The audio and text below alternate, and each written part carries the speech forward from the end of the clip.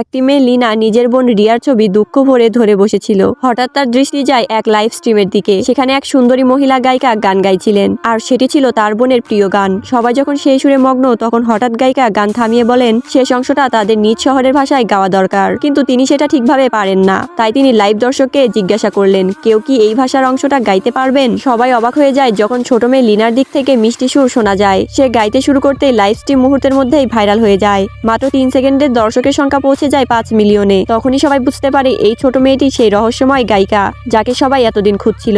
ধীরে ধীরে জানা যায় লিনা আর তার বোন রিয়া দুজনে খুব প্রতিভাবান গায়িকা ছিল, কিন্তু তাদের মা মায়া, যিনি নিজেও একজন জনপ্রিয় গায়িকা ছিলেন, তাদের জীবনে গান অনুশীলন ছাড়া কিছুই ছিল না। কোনো অবাধ্যতা করলে বকুনিও শাস্তি পেতে হতো। রিয়া এই কঠোরতা সহ্য করতে না পেরে আত্মহত্যা করে। এতে লিনা সম্পূর্ণ ভেঙে পড়ে এবং তারপর থেকে সে গলার আওয়াজ বন্ধ করে দেয়। সবাই ভাবে সে গলা হারিয়েছে, কিন্তু আসলে সে কথা বলা বন্ধ করে দিয়েছে নিজের ইচ্ছায়। রিয়ার শেষকৃত্যে মায়া, যিনি একজন বিখ্যাত গায়িকা ছিলেন, তার সমস্ত আশা জীবিত মেয়ে লিনার ওপর রাখেন এবং ঠিক করেন এবার লিনাকেই পরবর্তী সুপারস্টার বানাবেন। কিন্তু লিনা গান গাইতে অস্বীকার করে এবং গলা হারানোর ভান করে।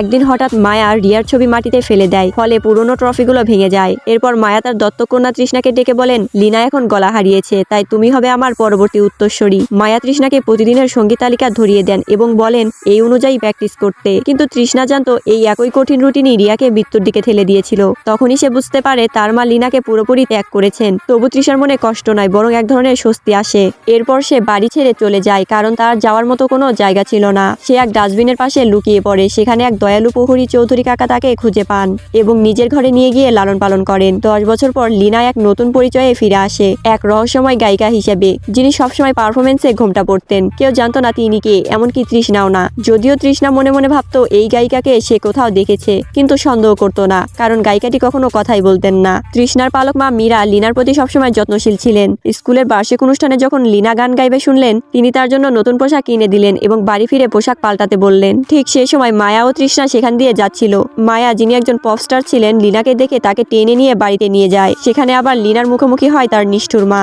মায়া গোপনে তৃষ্ণার পালক মা মীরার সঙ্গে যোগাযোগ করেন এবং $3 মিলিয়ন অফার দেন যেন লিনাকে তার হাতে তুলে দেয়। কিন্তু মীরা দৃঢ়ভাবে না বলেন, কারণ লিনা তার নিজের সন্তানের মতো। এতে মায়া রেগে গিয়ে স্কুলের অনুষ্ঠানে উপস্থিত হয় তৃষ্ণাকে নিয়ে, কিন্তু ফলাফল স্পষ্ট ছিল। লিনা তার অসাধারণ প্রতিভা দিয়ে বেস্ট নিউকামার পুরস্কার জিতে নেয়। লিনা যখন মঞ্চে বক্তব্য দিতে যাচ্ছিল, তখনই মায়া ও তৃষ্ণা এসে প্রতিবাদ জানায়। লিনা দ্রুত মীরাকে নিরাপদে সরিয়ে দিয়ে মায়াকে মুখোমুখি বলে। যদিও সে কথা বলতে পারে না, কিন্তু তার পড়াশোনা ও পরিশ্রম নিজেই প্রমাণ করে দেয় যে সে যোগ্য।